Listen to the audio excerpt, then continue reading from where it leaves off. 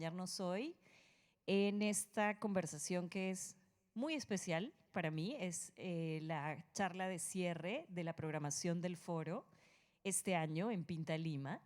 Y además es una conversación con un grupo de muy queridas artistas que son parte del proyecto especial Lo que este paisaje puede decir sobre el futuro, que ha estado a mi cargo en esta edición de la feria. Bien, lo que les propongo, primero quiero contarles un poco de desde dónde surgió la idea de trabajar este proyecto especial y luego vamos a tener la oportunidad de conversar con Gabriela Flores del Pozo del colectivo Fibra, Silvia Westphalen y Camila Rodrigo que nos acompañan hoy. ¿Podríamos poner la presentación? Muchas gracias. Bien. Este es el segundo año que Pinta. Irene Helfman, la curadora general aquí de la feria, me invita a desarrollar un proyecto especial. El año pasado este proyecto especial se presentó en el hall, tanto en el primer como segundo piso, y este año tuvimos el reto adicional de que el proyecto también se ubicara en el jardín, que es parte del predio en donde se desarrolla la feria. Y creo que es un reto que nos ha permitido presentar piezas en espacios que son clave para que tengamos nuevas lecturas sobre cada uno de los proyectos. Y bueno, voy a pasar a hablarles un poco de eso en un momento también. Pero antes de continuar, yo quería que esta charla me permitiera un poco contarles desde dónde me había imaginado el proyecto. El proyecto se titula Lo que este paisaje puede decir sobre el futuro.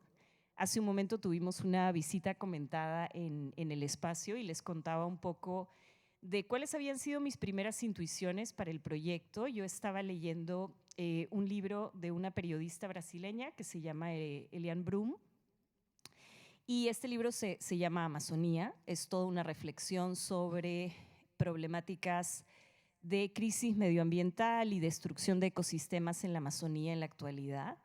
Se los recomiendo mucho. Ella es una periodista fabulosa, el libro es súper movilizador, pero en medio de esa lectura ella hablaba mucho de un concepto que es el concepto de ecología histórica y una línea de investigación que propone tratar de pensar la historia y la memoria de los ecosistemas, pero desde una perspectiva que de alguna manera salga fuera de los parámetros tradicionales para historizar y nos permita abrirnos a todas estas cosas que tendríamos que pensar de un ecosistema para poder contar bien su historia, ¿no? ¿Qué es lo que tenemos que tener en cuenta?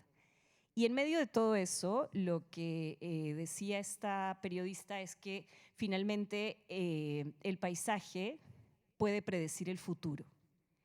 Y fue una frase que para mí estuvo como resonando mucho por diferentes razones. Primero porque creo que hay muchos artistas peruanos contemporáneos volviendo a pensar en la representación del entorno, del paisaje, del ecosistema, de la naturaleza en general, con una intención de replantear las maneras en las que nos podemos proyectar al futuro.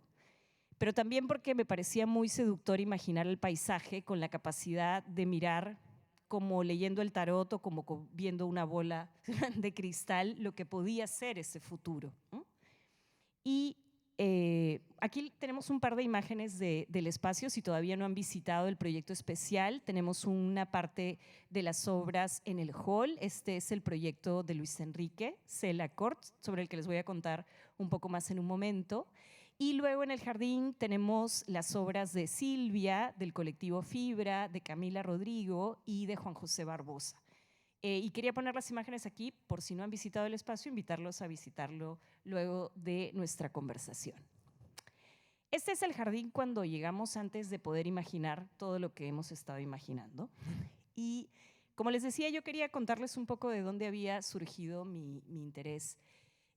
Y pensé, si tenemos un jardín, creo que lo que para mí hacía mucho sentido era, ok, empecemos por pensar en incluir a artistas que están haciendo reflexiones sobre la manera en la que nos vinculamos con una imagen como esta.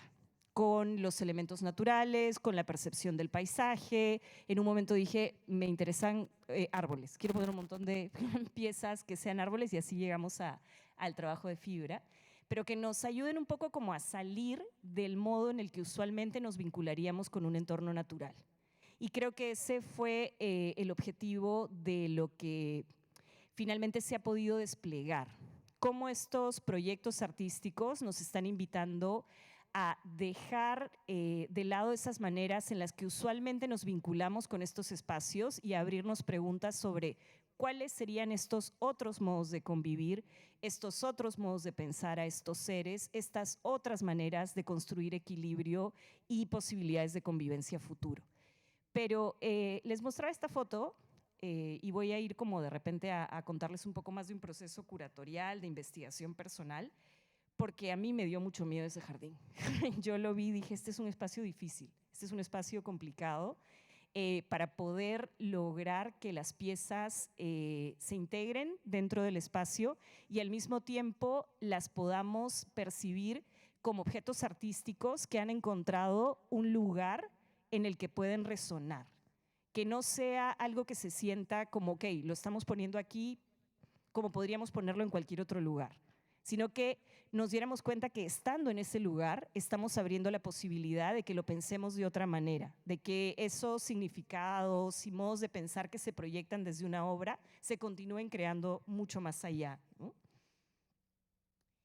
Y luego, este es uno de los esquemas que creó Juan José Barbosa. Si luego ven el jardín pueden ver, les voy a mostrar en un momento también imágenes de cómo terminó quedando su instalación.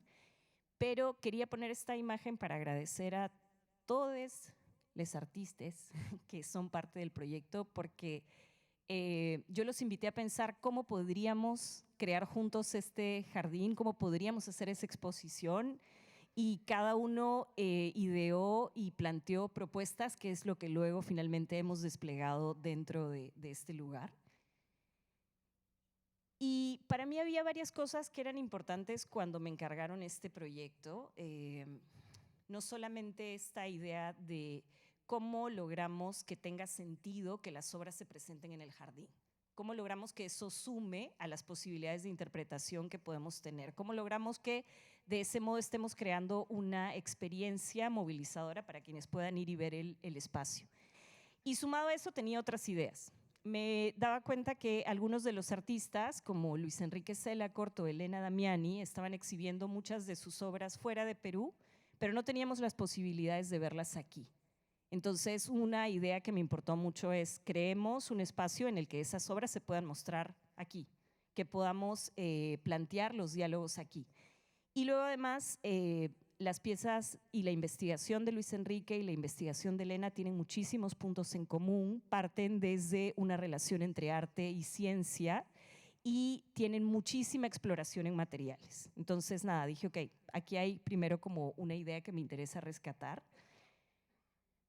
Luego esta diapositiva era mucho más bonita en la versión en Canva porque le había puesto unos corazoncitos que se movían y les cuento por qué.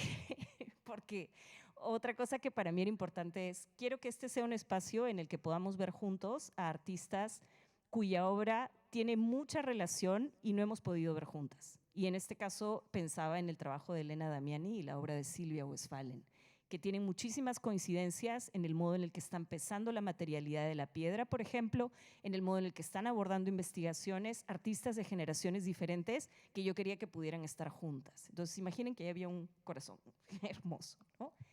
Y luego también pensaba en cómo artistas como Luis Enrique Selacort o Juan José Barbosa están trabajando en investigaciones sobre materiales. Luisen desde la resina, desde la fibra de vidrio, desde el vidrio soplado, y Juan José Barbosa desde el acrílico. Y pensaba, ok, también ahí hay algo que a mí me interesa que se pueda pensar en paralelo, ¿no? Todas estas son como un poco les estoy mostrando lo que podría ser como estas ideas que yo estaba teniendo para construir la propuesta o el primer guión curatorial de lo que íbamos a ver. Les quería poner aquí el texto también para que pudiéramos ver el nombre de todos los artistas participantes que aparecen aquí. Y entonces, hacia donde me interesó llevar el proyecto, vamos a pasarlo rápido esta, es a estas ideas. Creo que a lo que llegamos fue a terminar construyendo un espacio que puede invitar a los espectadores a repensar orígenes compartidos. Hay varios de los proyectos que vuelven a pensar en cuál es ese origen de todos los seres. Las piezas de Luis Enrique Selacort, por ejemplo, que están planteando investigaciones sobre el caldo primordial, ese supuesto líquido, ese supuesto, esa supuesta mezcla de elementos que dio origen a la vida. Las reflexiones de Luisen proponen, les voy a mostrar dónde está ese caldo primordial, está dentro de las piezas de vidrio, en el caso de las dos obras que encuentran en el hall principal de la feria.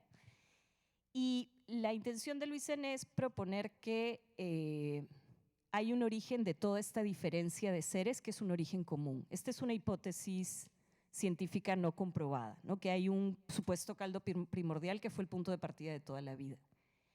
Y para mí entonces fue importante tener esa pieza como centro cuando lo que queremos hacer es volver a pensar en cómo podríamos proyectarnos todos como una comunidad de seres interconectados que conviven y que finalmente están planteando un futuro posible cuando nos enfrentamos a una crisis medioambiental y a una posibilidad de extinción de vida en el planeta que compartimos, ¿no? Entonces aquí les ponía un poco de partir de esa idea de los orígenes compartidos y luego proyectar nuevos modos de coexistencia entre seres. Volver a las memorias de los ecosistemas para poder encontrar nuevas maneras de convivir. Muchas investigaciones que lo que están tratando de hacer es pensar en cuál sería esa memoria del ecosistema en el que todos estamos habitando. Vamos ahora a conversar un poco sobre Camila también, con Camila sobre este extrañamiento frente al paisaje. Para mí era importante que tuviéramos árboles sin vida, los mares hechos de piedra en las piedras de Silvia, los acrílicos de Juan José que quieren ser lianas y un poco para abrir esa pregunta de cómo es el paisaje realmente. Porque nosotros como seres humanos construimos una visión de ese paisaje o una interpretación de ese paisaje. Pero ¿qué ocurriría si tuviéramos esta capacidad de verlo desde otra perspectiva y vincularnos con él desde otra perspectiva? La manera en la que nuestra relación con el entorno natural se ha construido, lo único que ha generado es que estemos totalmente desconectados de ese espacio. Y un poco la idea sería que tendríamos que pensar por fuera para poder reconectarnos, ¿no? Y lo que vamos a encontrar en el proyecto es desde galaxias hasta células, hay referencias a agujeros negros, que pueden ser estas como estructuras súper macro de transformación, cambio, movimiento, relación con el tiempo, y al mismo tiempo el líquido primordial. Representaciones de eclipses en la obra de Elena Damiani, por ejemplo, o atardeceres en Saturno en las piezas de Luisen.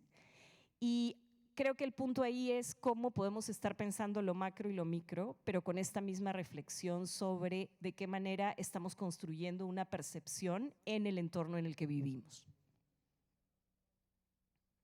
Y por aquí. Perfecto. Quería solamente entonces hacer un poco de esta introducción para contarles qué es lo que había estado pensando cuando recibí el encargo de hacer el proyecto, cuáles son los temas que para mí están presentes dentro de lo que hemos creado, construido. Y luego quería invitar a Camila, a Silvia y a Gabriela a que nos cuenten un poco más de las obras que estamos presentando dentro del proyecto. Hola a todos. Bueno, estas dos piezas que ven acá son parte de una exploración que vengo realizando hace varios años en torno al imaginario que el ser humano ha venido construyendo de la naturaleza y el paisaje, y cómo este imaginario va de alguna manera definiendo la manera en que nos relacionamos con ella, ¿no? Con la naturaleza. Entonces, al pensar en el espacio y qué piezas realizar, porque finalmente estas son parte de una exploración que vengo haciendo, pero son piezas que hice específicamente para el lugar, me hizo sentido tener… ¿Podemos regresar a a esas, ya. Tener estas telas con imágenes de una naturaleza que resulta extraña, que haga de alguna manera hincapié a esta, digamos, distancia y estos vacíos que hay en la relación del ser humano y la naturaleza, ¿no? Cómo hay esta tendencia a embellecer o tratar de que la naturaleza sea eso que nosotros necesitamos que sea o que nos acomoda, ¿no? O sea, desde el ser humano, ¿no? Esta mirada humanista, ¿no? Entonces, las fotografías en la tela me parecían que eran como capas o filtros que de alguna manera conversaban acerca de eso a la hora de tapar o destapar o demostrar o ocultar algunas cosas al antojo, ¿no? De las necesidades y cómo eso va haciendo que la relación del hombre y el entorno natural termine siendo como muy, muy superficial, ¿no? Ahora sí, y bueno, sí, sí. Esta es una pieza que la realizamos en el MAC. Se llamó Espacio Reverso, la muestra, y era un billboard que se construyó para el espacio, el cual, de alguna manera, cuando tú entrabas a la sala, te enfrentabas a esta imagen que era muy bonita, ¿no? Y veías este paisaje que era como muy atractivo, pero a medida que te ibas acercando, te dabas cuenta de que esta idea bonita se iba desvaneciendo porque eran básicamente fotocopias a color, súper trashy, súper precarias, con mucho ruido, con mucho grano, ¿no? Entonces, eran estas ganas de tratar de quitar toda esta estética, ¿no? Estas ganas que hay, siento, de embellecer el paisaje y que sea muy atractivo o romántico, ¿no? Y darle la vuelta a eso, ¿no? Entonces, cuando tú dabas la vuelta al billboard, te encontrabas con esta estructura de madera, con sacos de arena que sostenían esta imagen, como para reflexionar acerca de ese otro orden, ¿no? De esas otras formas, de esa otra manera en la que debemos de tratar, pienso yo, de comenzar a relacionarnos con la naturaleza para poder construir como nuevas historias que permitan nuevos futuros o un futuro posible, ¿no? Creo que ahí... Y esta fue una instalación que era parte de la misma muestra, Espacio Reverso, que también fue realizada con capas de fotocopia de la construcción rocosa de la Costa Verde, que lo que me parecía interesante era que el espectador pudiera intervenir la pieza, ¿no? Y que pudiera rasgar el papel y que no parara de transformarse durante el tiempo que estuviera la muestra, que fuera una pieza o una instalación que no fuera estática, para reflexionar acerca del paisaje y cómo está en constante transformación y cómo también el ser humano es parte de esa transformación, por lo general para mal. Entonces me hacía mucho sentido esta invitación a escarbar, ¿no? Para el espectador y ver esas capas, ¿no? Y eso que quedaba también en el suelo para reflexionar juntos, ¿no? Acerca de, de la naturaleza y la relación que nosotros tenemos y construimos con ella. Sí, eso es un detalle, ¿no? De las fotocopias blanco y negro y de los pedazos rasgados por las personas que fueron a ver la muestra. Y luego, bueno, lo último que he estado investigando es acerca del reino fungi, ya pensando, o sea, de hecho, ya hace un rato que venía pensando, y ya lo mencioné, ¿no? Como esta mirada desde el hombre y para el hombre a partir de sus intereses, ¿no? Y cómo descentrar esa mirada humanista, ¿no? Entonces, de alguna manera como intenté salir de la mirada humanista, comenzando a cultivar hongos en mi taller, creciendo hongos, tratando de aprender, ¿no?, acerca de ellos, tratando de alguna manera reflexionar acerca de estos otros saberes, como desde otras especies pienso que hay muchísimo por aprender, ¿no? Y más bien el hombre no es necesario, ¿no?, para que la vida continúe, más bien somos los que ponemos más trabas, ¿no? Entonces era esta intención de comenzar a relacionarme con otros seres, y comencé a hacer estos sellos de esporas que ponía los hongos, y en el momento que botaban las esporas se creaban como estos sellos que sirven en la ciencia para poder catalogar y reconocer, ¿no?, las distintas especies de hongos. Y para mí fue como, de alguna manera, algo tan sutil como las esporas, que es la parte reproductiva del hongo, que pasa sumamente desapercibida, que quede ahí capturado y que deje esa huella. Era como entender otros tiempos, entender otras formas. Me pareció algo como, no sé, súper especial y potente. De hecho, es algo en lo que sigo explorando. No sé muy bien en qué va a concluir este proyecto. Pero nada, vuelvo al comentario que hice hace un rato de que sí, creo que para poder imaginar un futuro hay que remover las cosas y crear nuevos órdenes. Y para eso están las relaciones, o sea, pienso que es importante las relaciones multiespecie, pienso que, por ejemplo, de los hongos o de otros seres se puede aprender muchísimas cosas. Algo que me parece importante mencionar, por ejemplo, en los hongos es la capacidad de adaptarse a escenarios sumamente complicados, su capacidad para trabajar colaborativamente, ¿no? Cosas que siento que realmente deberíamos de nosotros tomar en cuenta, ¿no? Entonces, nada, creo que eso es lo que a mí me gustaría aportar.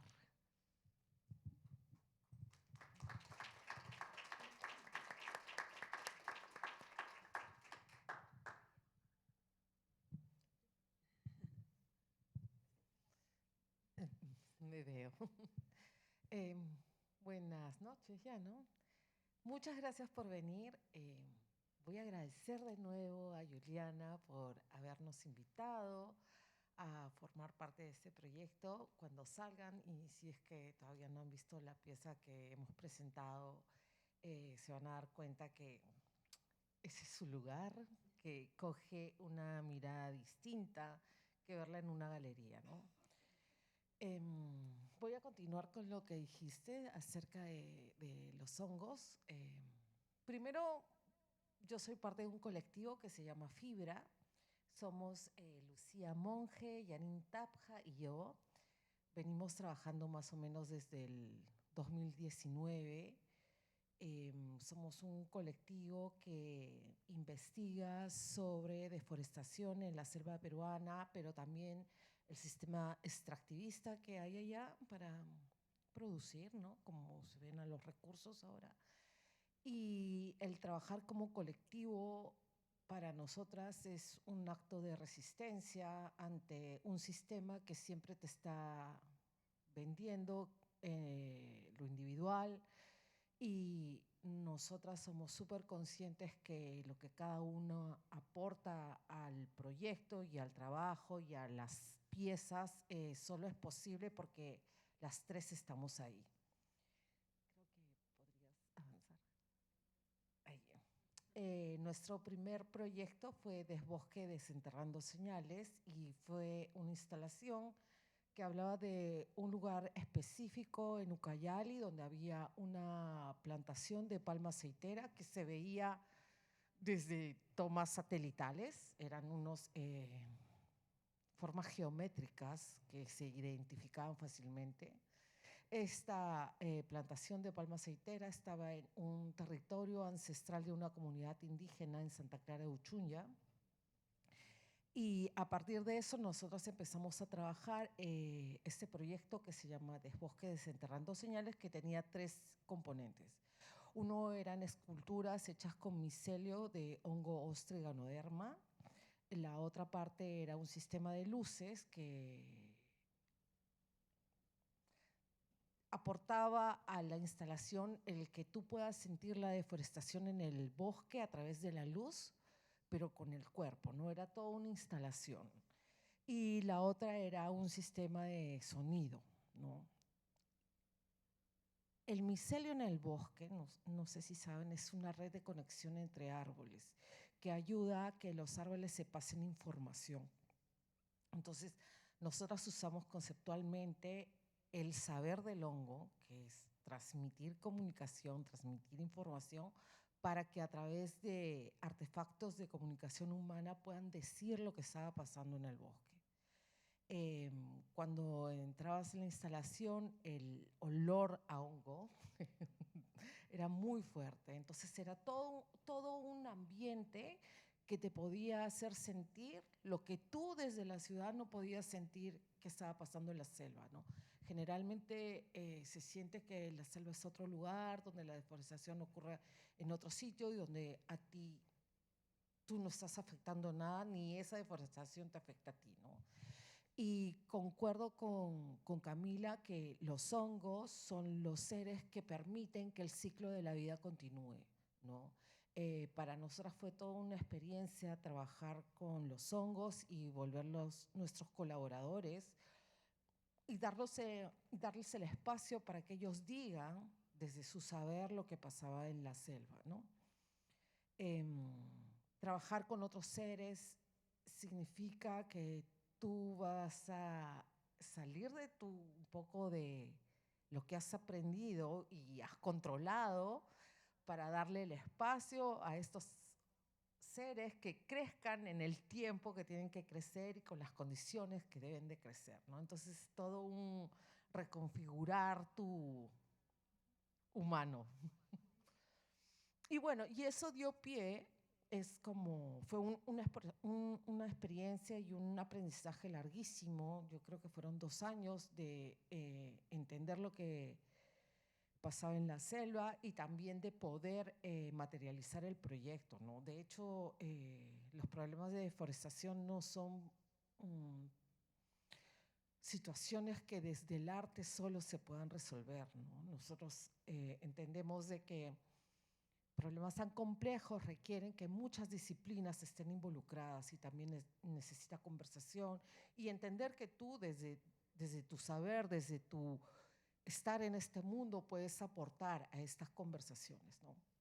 Entonces, a partir de este proyecto empezó otra que fue nuestra segunda individual que se llama En la palma de nuestras manos, que ya involucra un nosotros, ¿no? Y que constó de 3 piezas. Una es la palma de cada día, la otra es la pieza esos pedacitos de jabón, la que está acá, que se llama Una entre 15.269.860, creo, palmas, ¿no? Esa es la cantidad de palmas aceiteras que hay en Ucayali. Y esta es una más, entre las casi 16 millones, ¿no? Y esta pieza está hecha en jabón, que se realizó con 200 litros de aceite quemado. El aceite de palma es un componente que se encuentra en muchas industrias, en la industria de la belleza, en la industria de la alimentación, la panificación, los lácteos, dulces, no sé, lavavajillas, aceite, espuma para afeitarse, cosméticos. Cuando uno entra a un supermercado, más o menos la mitad de los productos que están ahí contienen palma aceitera y hay 200 nombres diferentes para nombrar ese componente. Entonces, nosotras quisimos hacer una palma hecha de aceite quemado y un poco utilizar el módulo para poder también reflejar esta seriación que existe en la selva utilizando este ser para que produzca aceite, ¿no? Un poco la cosificación de la planta, porque la planta no es mala, o sea, la planta siempre ha existido, ¿no? Sino es como el uso que le damos, ¿no? Yo creo que por ahí va como es el sistema, ¿no? Y también creo que 1 litro de aceite quemado contamina 1000 litros de agua. Entonces, cuando se convierte en jabón, también se va a biodegradar de una forma mucho más rápida, ¿no? Y por último, ¿puedes regresar a la imagen de...? Y esa se llama La Palma de Cada Día. Era un video acompañado de 15, no sé, toallitas o secadores. Generalmente uno piensa que, bueno, yo desde acá no estoy haciendo nada, no estoy deforestando ni nada por el estilo, pero lo que pasa es que hay ciertas hábitos que uno tiene o sistemas de consumo que uno podría reflexionar un poquito más para saber eh, qué consumes y qué no, ¿no? General, o sea, es todo un sistema. Difícilmente uno se puede salir del sistema, pero creo que sí puede como modular, ¿no? O decir esto sí, esto no, o la frecuencia, ¿no? Entonces era un video donde salía unas manos lavándose las manos con un jabón de Palmolive, algo muy sencillo, muy rutinario, y estas imágenes de paisajes de la selva que se iban deshaciendo cada vez que tú te secabas la mano, ¿no? Entonces, un poco como poder hacer el vínculo de que nuestros consumos en las urbes también impactan en algún lugar del mundo, ¿no? Y en este caso en la selva peruana, ¿no? Bueno, muchas gracias. Sí, ahí.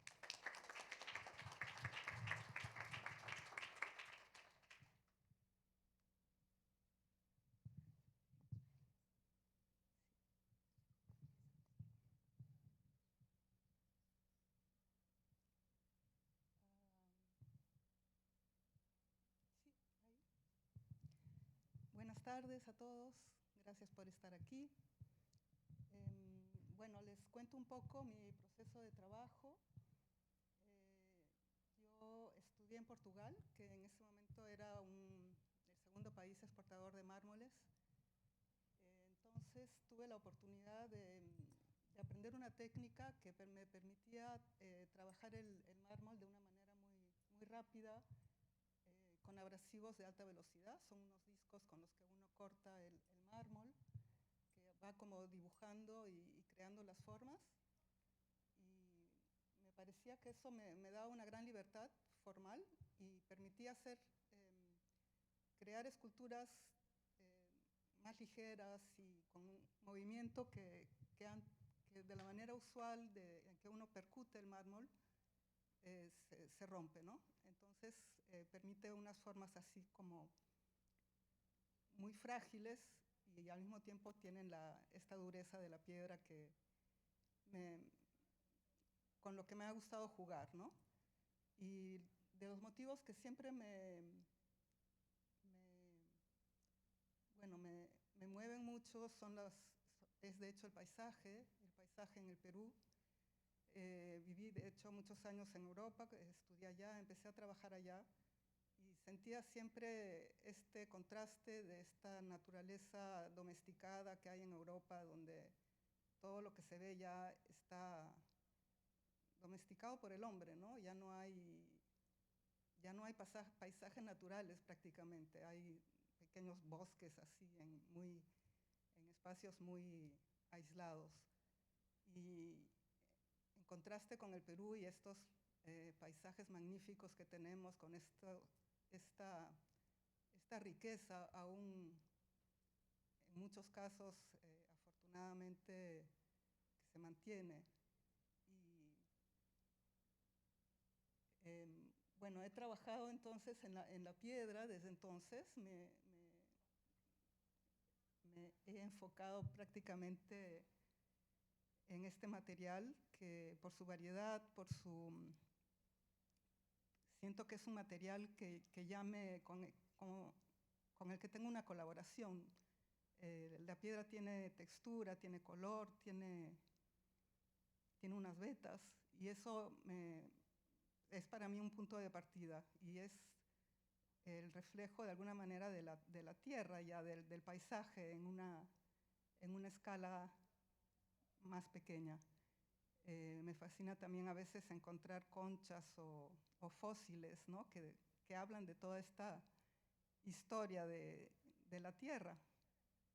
Y bueno, eso me ha permitido seguir desde el 83 que empecé, sigo trabajando en la piedra, y las piedras que utilizo son rescatadas de las fábricas, de las marmoleras, donde utilizo los pedazos que ya no se, que es desecho industrial. Entonces, y en verdad son piedras que tienen formas justamente irregulares, que tienen manchas o que han sido descartadas sobre todo por ser la parte exterior de los bloques. Ellos después la cortan todo en tiras iguales. Entonces la parte exterior de estos bloques que vienen de las canteras, de las montañas, en Junín, entre La Oroya y Huancayo, y en el Travertino, pero hay mármoles en todo el Perú de distintos tipos. Y bueno, y cada piedra es diferente, que es lo que me fascina. Y esta piedra que sale aquí, que está aquí en el jardín, es un pedazo de estos que encontré, que es muy, muy extraño. Es una capa de travertino con encima una capa de ónix, y que tiene todavía estalactitas así en algunos sitios.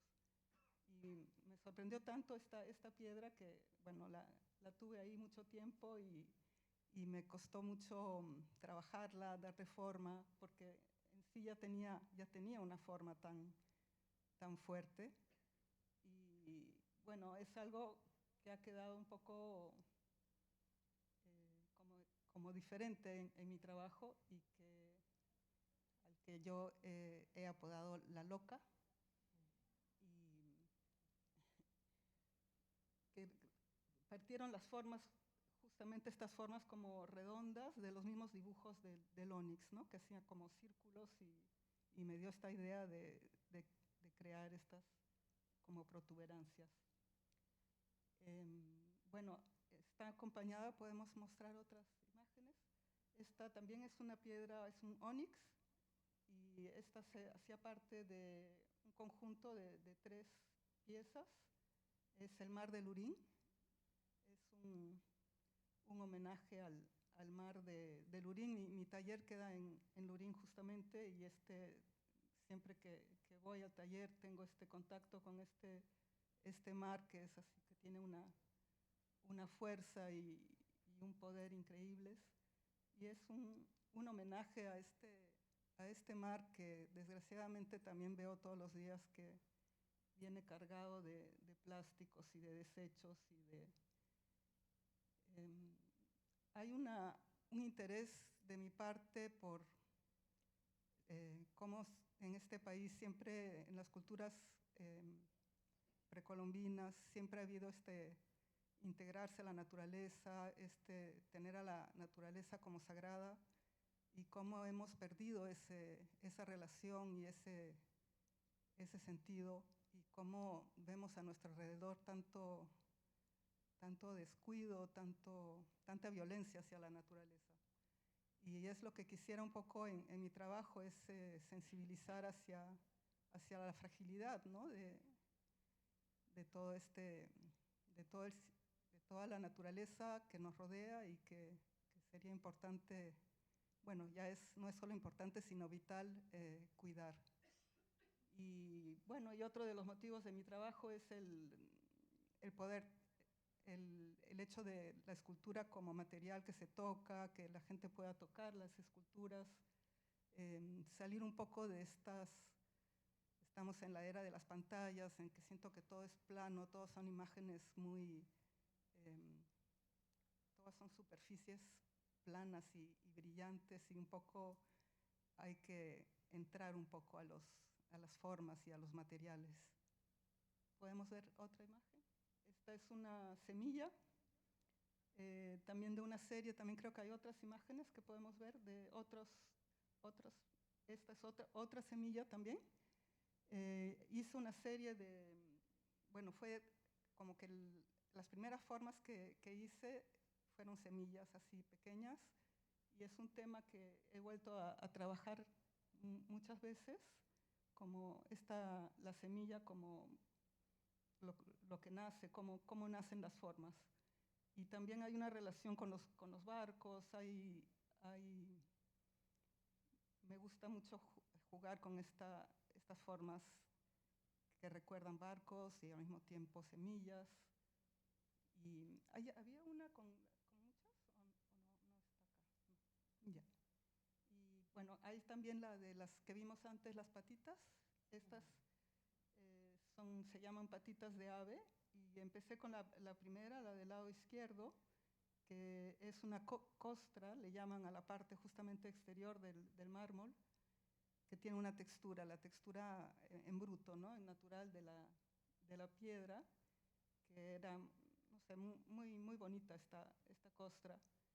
Y la tenía en el taller y había pensado también, después de un viaje a la selva, quería hacer unas formas como hojas. Y después, estando ahí en el taller, que produzco mucho polvo, se había cubierto de polvo. Y un día cuando llegué estaban las huellas creo que de gallinazos, que habían hecho ahí una fiesta. Entonces se transformaron las hojas en patitas y traté de reproducir estas como huellas. Y luego en esta otra piedra, que es la que está aquí, retomé la idea de las patitas, pero esta vez ya con formas, y como que más en 3 dimensiones. Y es la que pueden ver aquí. ¿Hay más fotos?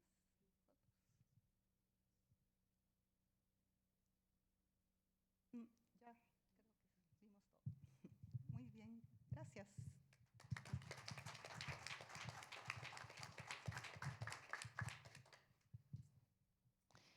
Muchas gracias, Gabriela, Camila, Silvia. Nada, primero por todo el apoyo y el tiempo de conversaciones y de idear juntas el proyecto, de pensar cómo construir este espacio. Y nada, quería invitarlos, si es que todavía no han visitado el proyecto especial, lo estamos presentando en el primer piso del hall, en el segundo piso y en el jardín. Y nada, se van a encontrar con representaciones de galaxias, células, semillas, mares de piedra, líquenes, hongos, árboles que no tienen vida, pero que nos están invitando a reflexionar sobre la destrucción de los ecosistemas. Y nada, solo quería cerrar con esta reflexión de cómo todas estas imágenes tienen finalmente este objetivo de que reconozcamos que hay una interconexión entre todos, entre seres humanos, entre plantas, animales, seres espirituales, en que es importante retomar esos vínculos, en que en todas estas imágenes nos pueden estar hablando de un origen común, de una interconexión, y que finalmente va a ser vital que como humanos podamos reconocer ese vínculo común, ese origen común, si queremos sobrevivir en la situación de crisis que vivimos actualmente, ¿no? Pero nada, invitarlos a que puedan visitar el espacio y no sé si quieren hacer alguna pregunta para Gabriela, Silvia, Camila, que quieran compartir, algún punto de vista que quieren compartir. Tenemos unos minutos.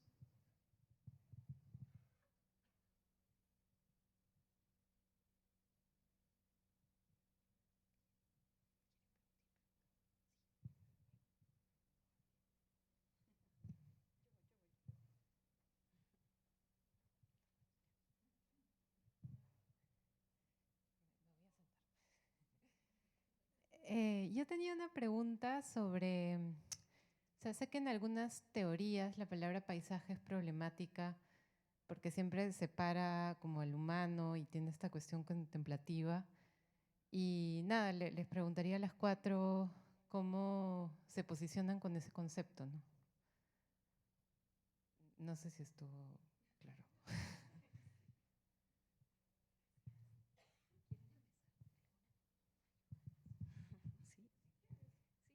Puedo hablar desde yo, ¿no?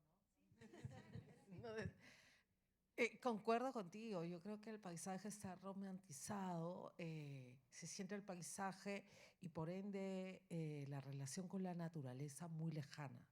¿No? El paisaje, la naturaleza, ¿no? Cuando en realidad creo que la naturaleza somos nosotros, somos desde la ciudad, ¿no? O sea, creo que es muy difícil, bueno, según yo, ¿no? Eh, entender que la naturaleza está acá, con estos jardines que hemos construido, con este mar que tenemos al costado. Esa es la naturaleza que tenemos. Y creo que en la medida que seamos conscientes que la naturaleza está acá, que nosotros somos naturaleza, de repente nuestra perspectiva de cómo impactamos en ella va a cambiar, ¿no?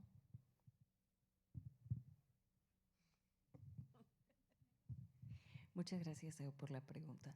Yo creo que cuando trabajamos un poco pensando en ecosistemas, en espacios, en entorno natural, nos enfrentamos a términos como paisaje o como el mismo término naturaleza, que son términos que pueden terminar siendo problemáticos porque se construyen sobre, como bien dices, esta separación de nosotros como humanos frente al entorno.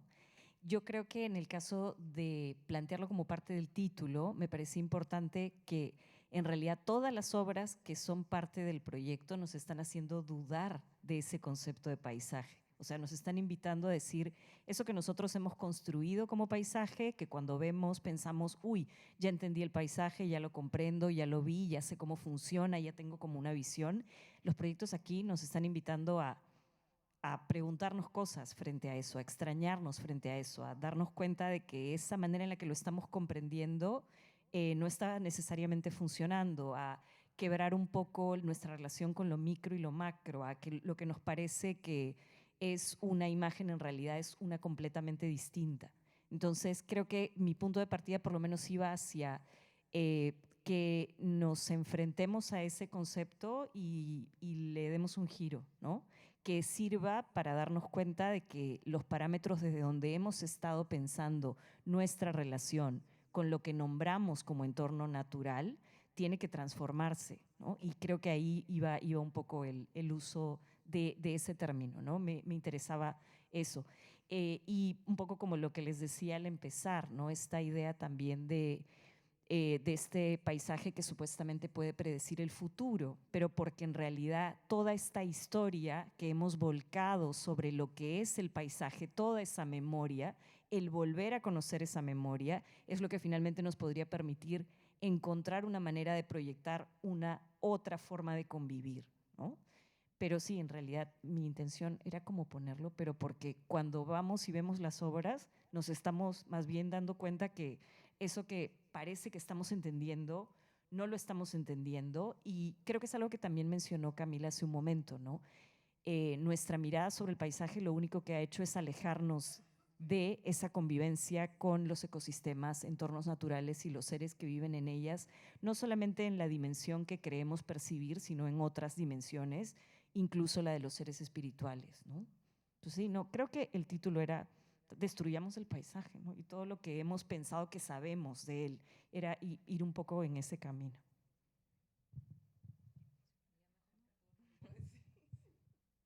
¿Alguien quiere hacer alguna otra consulta, comentario?